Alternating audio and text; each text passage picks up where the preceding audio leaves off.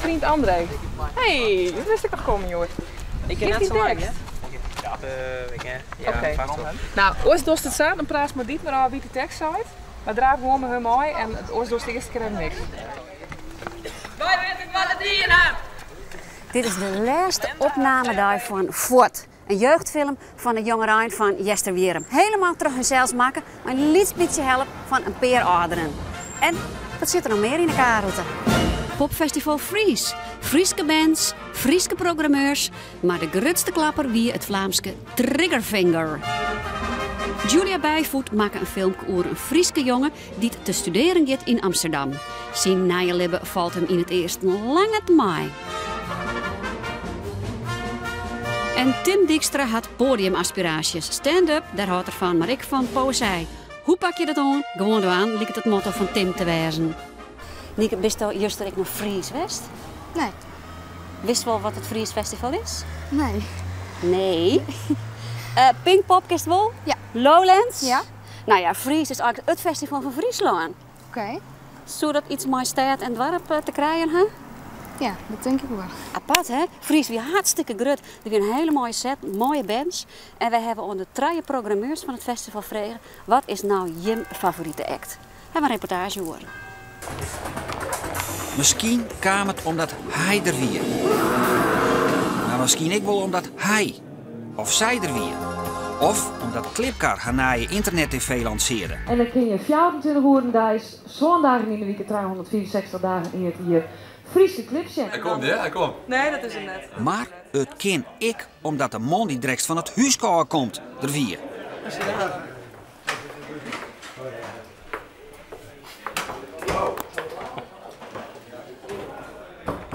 Eén ding is haast wolf is dat dit trio er verzorgen heeft dat het 15e Fries Festival Aroene Sneun een uitverkochte harmonie opleveren. Fjouwer Jelien wien er maar zo'n 800 bezoekers en nu 2400. Dat is meer dan 3 keer zo volle.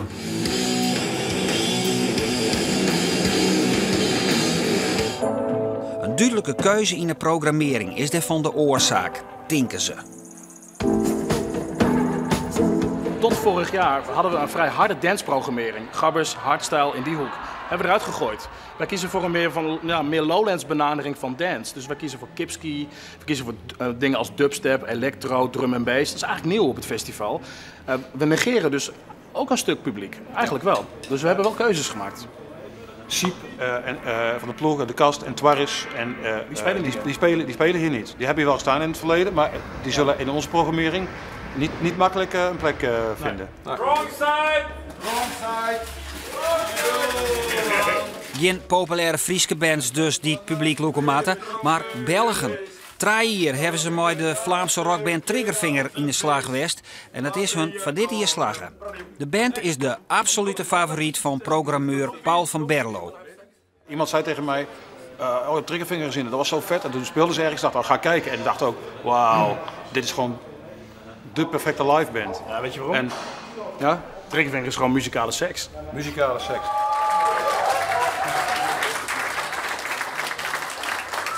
Waarom gaat Triggerfinger een akoestische sessie doen?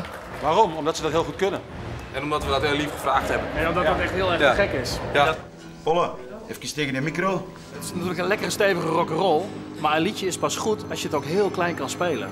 En dat kunnen ze. En dan is het heel spannend. Dat is heel mooi.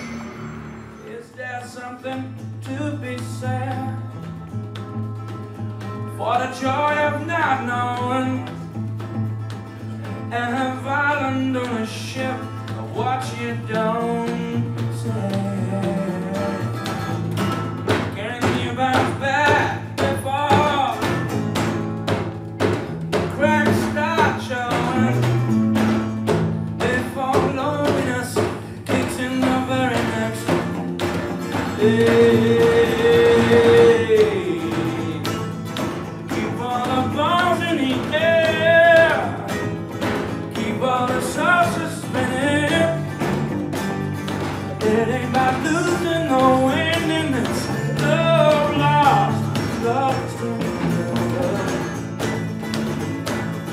Keep all the bones in the air. Keep all the sauces spinning. It ain't about losing no winning.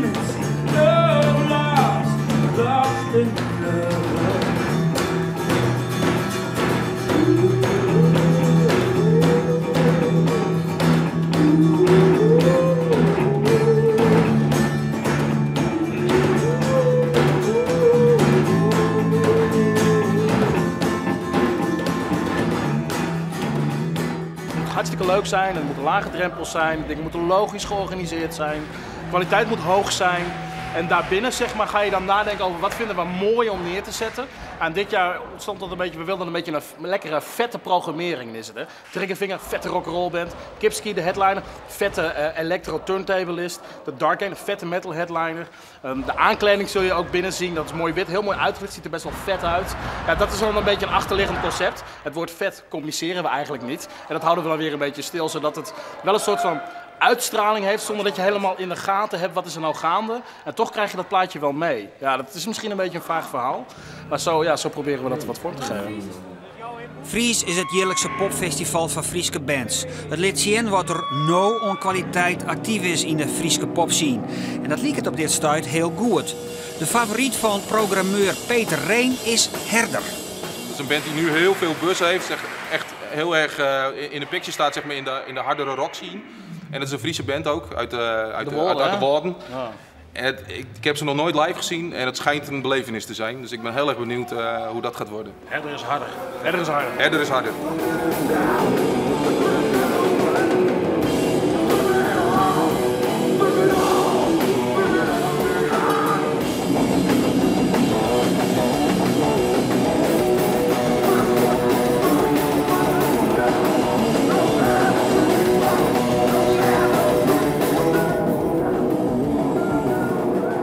Ik denk stiekem, maar misschien mag je dat niet over jezelf zeggen. Ik vind wel dat we tot nu toe echt een heel erg leuke line-up hebben staan. Heel divers, heel veel goede Friese bands op dit moment ook. Dus dat maakt het ook sterk. En een paar hele toffe headliners erbij. Dat maakt een leuk festival. Ja, de breedte van de programmering zit hem echt in de Friese bands. Ja. Dat is echt heel erg opvallend. Dat de Friese muziekscene ook gewoon kwalitatief heel erg goed is, maar ook in de breedte gewoon heel erg goed is. Ja, dat is echt van de laatste jaren is dat enorm opgekomen. Ja, je had de Friese Bries in de jaren 80. Ja, ik wil wel beweren dat er sprake is van een tweede Friese Bries. Als laatste de favoriet van dit festival van programmeur Sjoerd Boortsma. Ja, ik ben heel benieuwd naar SX denk ik wel, want dat is een heel mooi Vlaams duo. Stonden ook laatst op Great Wide Open, ook op de grote Vlaamse festivals. Het is een band die we heel vroeg geboekt hebben, omdat we het interessant vonden. En de band breekt door. Wij hebben mazzel, want we hebben ze al staan voor een appel en een ei eigenlijk. Nou, te gekke band, heel mooi. Ja.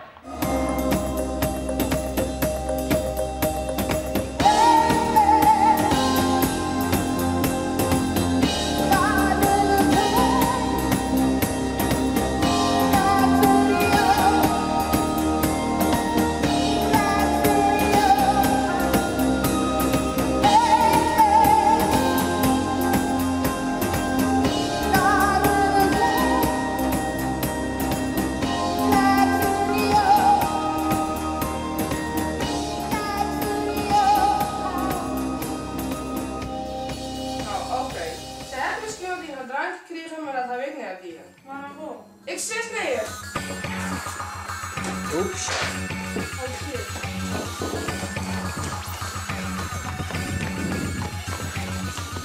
Nienke, het lijkt maar hartstikke echt die film. Ja, dat is het ook. Hoe kwam je op het idee om een film te maken?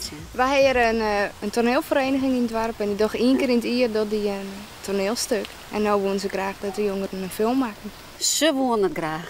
Ja, hoe de jongeren het graag? Nou ja, ze gingen ons vragen dat wij dat graag doen willen. Ja. Nou ja, hartstikke leuk. Ja, dan maak je een film. En hoe kom je dan op het verhaal? Dat hebben we zelf bedacht. Ja, we hebben een scriptclub van 4 mensen. Daar hebben we dat maar bedacht. Ja. En kun je in kwart zeggen wat de kern van het verhaal van Fort? Er werd een famke vermist. Na een feest hier in Jesterweer en haar vrienden gaan dan op ziek.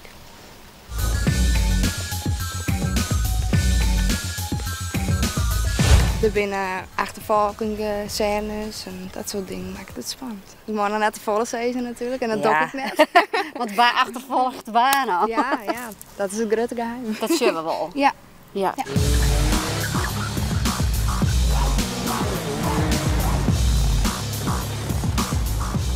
De jongeren hier in Jesterweer die hebben dus meer dan een jaar hier al aan de film werken. Hè? Ja.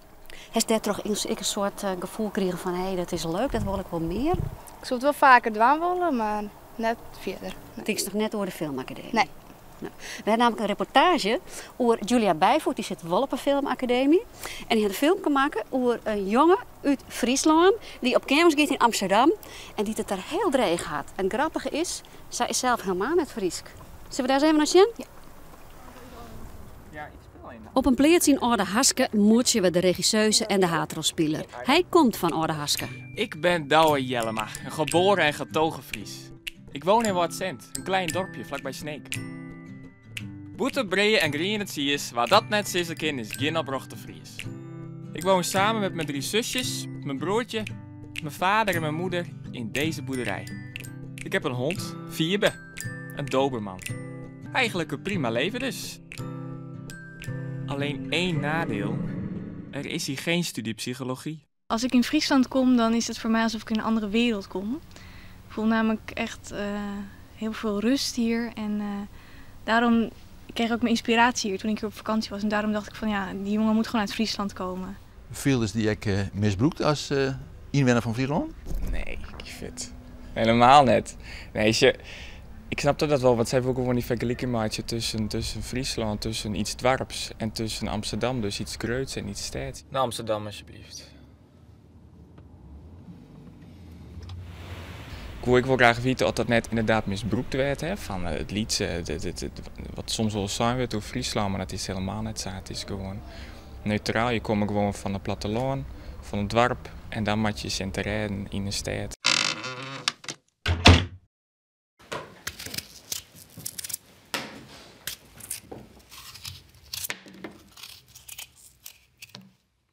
Zit er nu al 2 weken.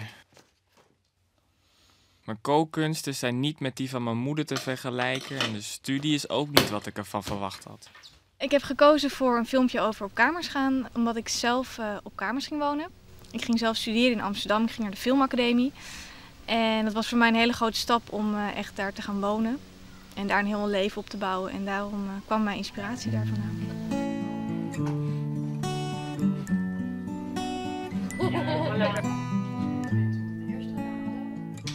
En ja, die dingen die Douwe, de hoofdpersoon, mij maakt, ja, die waren eigenlijk voor mij en ik denk voor een hele hoop oren heel herkenbaar. Ik dacht, ik liet het maar een beetje op mijn oor komen, zeg maar. En ja, dan sta je midden ergens op een locatie in de supermarkt of ergens in een kamer. Maar alle meesting op die hinnen, hè? Meesting van het licht, van het geluid, de camera, de catering zit stiekem ik even mee, de regisseurs. Dus iedereen die zit daar naar te zien. En maar ik vond het eigenlijk wel mooi van ja, je wil eigenlijk iets voor het blok zetten en je hebt een mooi ding en nou ja, dan maar het wan. Dus het is voor mij een heel groot leerproces geweest, want ik wilde gewoon weten hoe het is om te regisseren. En ik ben erachter gekomen dat het heel moeilijk is. Omdat het gewoon, je moet heel goed nadenken per shot van wat heb ik en wat moet ik nog hebben en past het erin. Dus dat vind ik heel moeilijk, maar wel echt heel erg leuk ook. Echt een uitdaging. Aanpakken. Neem bijvoorbeeld de waarneming en de invloed van stemmingen op de waarneming. We kunnen uit neurowetenschappelijk onderzoek afleiden dat mensen die bijvoorbeeld eenzaam zijn... Ja, die goudvis, dat wie een heel oorverhaal. Ja, die goudvis, dat zit helemaal net weer op de film. Maar ja, de film zou eigenlijk beginnen dat ik uit Friesland ging, maar de hoen om je zijde. Ik zou dan wat bestroostig om je heen zijn en afscheid nemen van de hoen en dan in de taxi naar Amsterdam. Maar toen we het opnamen, hier de hoen heeft wel wat ideeën en oor. Die wenste geen filmacteur te worden, dus die doen werkelijk alle kanten op behalve de goeie. Dus.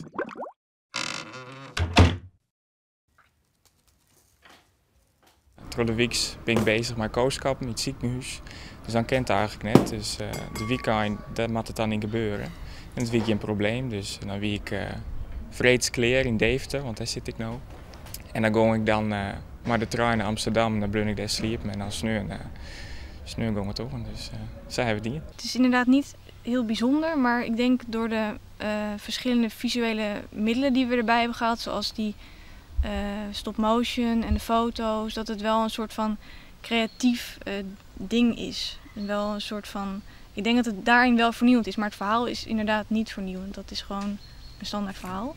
Maar we hebben wel geprobeerd op een soort van nieuwe manier te vertellen. Maar ik kan alleen niet koken. Oh, stom. Waarom zeg ik dat? Ik wel. Zou je het leuk vinden als... nee. Ik wil je vragen om... Oké. Dit smaakt naar meer? Zeker. Zeker. Ja, wat ik al zei, het wie voor mij de eerste keer film. Maar ik hoop dat het zeker net de laatste keer wist wie. Want toneelspelen vond ik altijd wel leuk. Maar in zo'n film, ja, is heel oors. En ja, hartstikke leuk om te doen. Dus ja, als het een aanbieding heeft, ik ben die man. We kunnen een deel 2 maken. De sequel. Ja, want binnenkort kom jij in Amsterdam wonen. Ja. En dan hebben we eigenlijk de situatie die in de film is, hebben we dan eigenlijk in het echt. Nou, lijkt me wat. Ja. Ik heb mijn tarief, dus komt wel goed. Er komt echt een enorme aftiteling, dat klopt. Het lijkt veel, die lijst, maar bij een langspeelfilm is hij nog veel langer. Maar dan loop je eigenlijk de bioscoop uit, dus dan zie je hem meestal niet. Heel september draaide Douwe Fiskpien op het Auburn Jongerenfilmfestival in Australië. En de film draait nou maar in de online versie van het Nederlands Filmfestival. Nienke, heb je wel eens helemaal alleenig op een podium staan? Nee, nou nooit. Mensen aan het lightje maken, je krijgt wat stand-uppers doggen. Is dat iets waarvan je denkt, dat zoek ik wel kennen willen? Ja, dat lijkt me wel leuk. Dit is Tim Dijkstra. Hij is 20 jaar en stie in de hele finale van het Amsterdam Studentencabaret. Voor een joen in de bres zamelt hij al je oor podiumtalent om hem heen. En hij maakt er op heel eigen wijze reclame voor. Ze zeiden dat als er een schattig kindje in de hoofdrol van de promotievideo voor Stand Up en Poetry 3 zou zitten, dat er zal dan wel vol zal komen. Dus, Marijn, here we go. Stand Up en Poetry 3. 1 oktober in de pres. Maar half 9 krijg ik wel nu €100. Mijn naam is Martijn van den Berg, ik ben 32 jaar. Ik ben leraar, vader en cabaretier. Martijn die leerde ik kennen bij een maat van me. En die maat van me zegt, Martijn die wil al jaren iets doen op het podium. Maar Martijn zei, ja, ik wil het wel, maar ik weet niet waar ik op kan treden. Hij vond het nodig om mij zonder enige ervaring meteen in te schrijven voor het grootste cabaretfestival van Nederland. En ja, daar kwam ik eigenlijk pas achter toen het te laat was, moet ik zeggen. Ze hebben me allereerst maar ingeschreven voor een groot cabaretfestival. Ik denk van, zie wat je doet. En toen wou hij echt gaan optreden. Hij wou zeggen van, ja, ik wil wel repeteren, ik wil het wel proberen. Toen hebben we een zaal gehuurd en eigenlijk niet eens over nagedacht of het goed zou komen. En toen zijn we daar gewoon gaan staan om allebei ons programma te oefenen. Toen kreeg ik na afloop van de optreden kreeg ik een brief van Peter Smit van de Bond tegen het Vloek. Toen kreeg ik me ook aan de lijn. Ik zeg, Peter, je hebt gelijk, ik heb het GVD-woord inderdaad te vaak in mijn mond genomen en dat spijt me. En daarbij wil ik zeggen als comedian, en jullie zullen dat niet heel vaak horen van comedians, maar ik wil je zeggen dat ik er gewoon totaal mee eens ben. Jullie zijn tegen de verruwing van de taal en ik vind dat prachtig. Sterker nog, Peter, jij bent in mijn ogen een ridder. Nou, zei die Peter, voor jou is een sarcastische lul. Dwing niet op. Misschien toch een beetje op mijn woorden terugkomen. We huren andere performers of we kijken wie er nog meer wil optreden, wie net zo is als jij, wie net zo is als ik. En dan maken we avond van. Laat ik tot de laatste versregel vraagtekens oproepen en mijn publiek minachten door vaag te zijn met pen. Als die laatste regel mooi is, kom ik ermee weg. Dank u wel. Ik was laatst in een dorp geweest. Het heette iets met een snakkenbo... Snakkenbjörn. Lekker. Werner die heeft een soort van mix tussen muziek en theater, maar op een hele totaal onvoorspelbare manier. Hij doet dingen die je niet ziet aankomen. En je hebt heel vaak wel van die acts met een muziekje en dan een tekst, maar bij hem hij kan de gitaar pakken, op een moment gooit hij hem weer weg, doet hij weer wat anders. And you ran off with the bass player later on that same night. That really didn't fly. That really didn't fly. Nee, maar ik had hem gevraagd of hij nou, ik heb hem toegevoegd op Facebook. Ik denk dat gaat wel makkelijker e-mailen, want ik had zijn e-mail niet. Nou, maar hij accepteerde me niet omdat hij alleen mensen accepteerde die hij kende, zeg maar. Nou, stonden Gerard Joling en Gordon er wel tussen, dus dat slaat helemaal nergens op. Ik kreeg een vriendschapsverzoek op mijn Facebook en dat was dus van Tim. Ja, op de poëzieavond van Melvin van Eldik zag ik hem spelen. En ik moest eigenlijk wel heel erg hard om hem lachen. Als enige zowat. Dus toen dacht ik van, ik ga hem ook gewoon een keer uitnodigen om bij ons te spelen. Voor mij is het gewoon een avontuur. Weinig te verliezen. Behalve mijn baan, mijn huis, mijn vrouw, mijn kinderen, Ik werk voor, mag ik zeggen wie? Ja. Oké, merkmakers, een reclamebureau in Leeuwarden. Omdat elk optreden gewoon ontzettend spannend is. En als je het achter de rug hebt en het is goed gegaan, kun je er gewoon weer een aantal maanden opteren, zeg maar.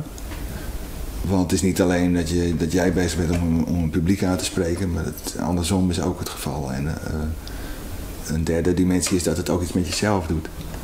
Dus je zoekt je eigen grenzen ook op van wat durf ik te doen, weet je wel. Papa, mag ik alsjeblieft een aapje? Nee, je mag geen aap. Ik kreeg het op mijn 10e verjaardag dus, bij wijze van compromis, een lief schattig wit hondje. Dus binnen 3 dagen de banaan gestrikt. Ja, het zelf op een plank staan vind ik leuker dan het organiseren. Het organiseren is in feite ook gewoon... Het wordt pas leuk als de avond begint, laat ik het zo zeggen. Het is leuk om de performance te regelen en dingen te kijken. En, het gaat er natuurlijk in feite om dat die mensen een podium krijgen en dat ik zelf ook een podium krijg. Ik sta volgend jaar op een Fringe Festival in Edinburgh een maand te spelen. Ik heb daar een theater gekregen en de Fringe is het grote theaterfestival van de wereld.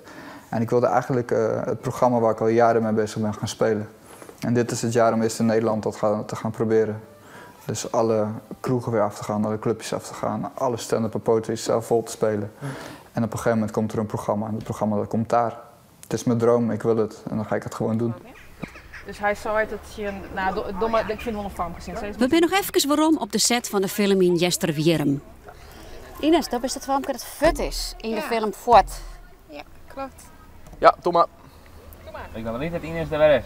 Ines wordt vermist de dag na het feest. 3 jongens die te joen aan het filmje wien, had toevallig op beeld vastline dat Linda GHB die in het drankje van Ines. Waarom had ze dat in? Zie je wat deze kind? Ach, je mag het zo drogen. Zouden de jongen alleen nog maar een beetje oosten dan? Langzamerhand zie je een beetje wat er gebeurd is. Maar rond het einde zie je het pas helemaal.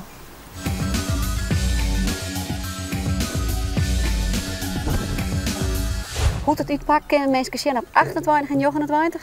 Ja, in oktober hier in het Dwarpshuis. Om? Jelvenjong. Jelvenjong.